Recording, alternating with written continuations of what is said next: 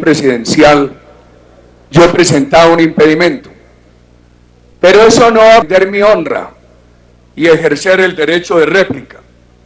Me refiero a la última sentencia que acusa a mi gobierno de corrupción. Oiga, quisiera la atención del doctor Horacio Serpa porque me sorprendió una publicación en su Twitter relativo a esto.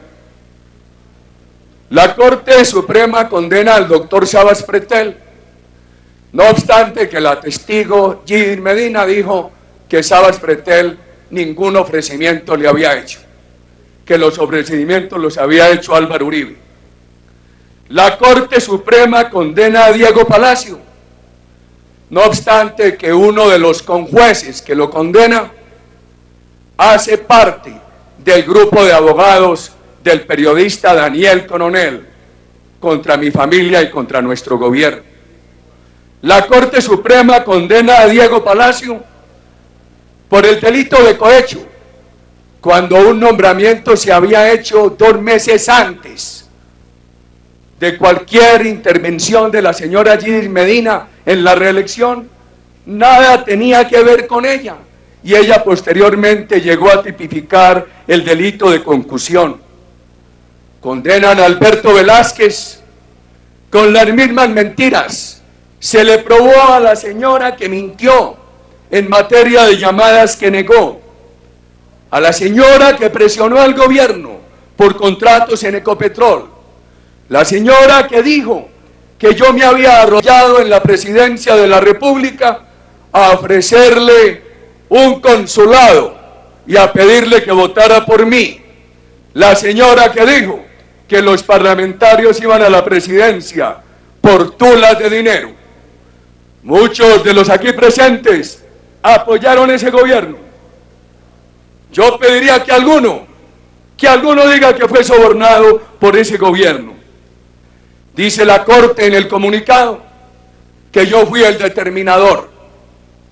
Por supuesto, ese comunicado salió el día en que nosotros nos pronunciábamos aquí por el asesinato de los soldados. Ese comunicado, además, tiene esta falla.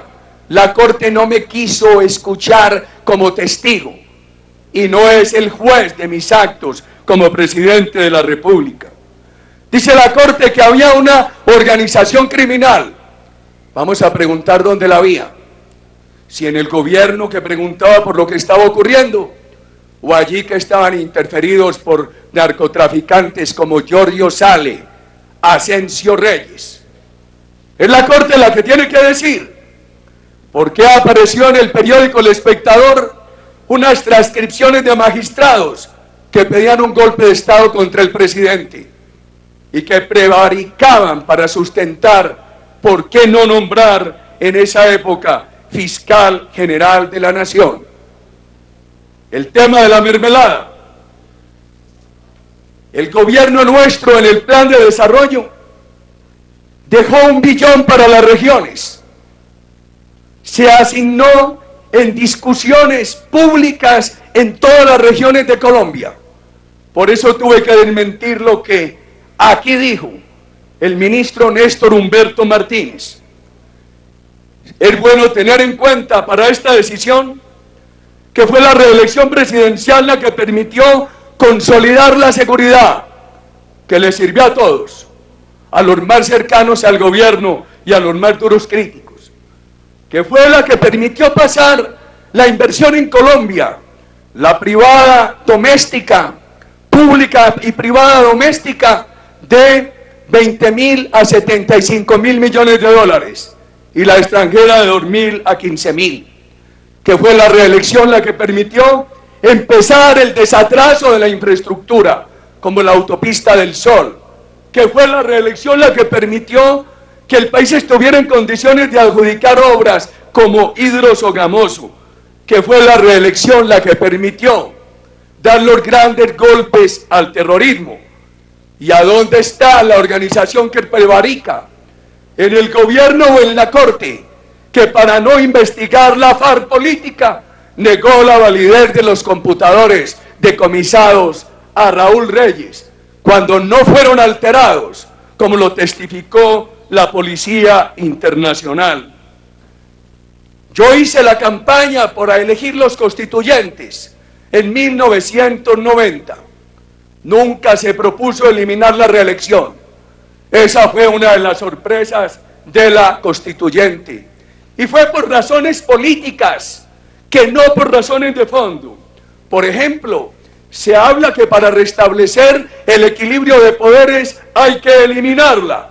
Cuando aquí, no contentos con que el presidente de la República terne al fiscal, ahora proponen que terne al procurador.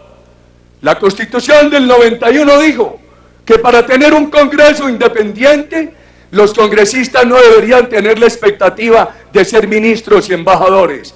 Ahora van a volver al Congreso más dependiente, en la expectativa de que los congresistas puedan ser ministros o embajadores. En cualquier terreno, en cualquier lugar, daremos el debate sobre la honestidad de nuestro gobierno y aspiro que la Corte Suprema de Justicia, que no ha querido, me escuche. Gracias, presidente.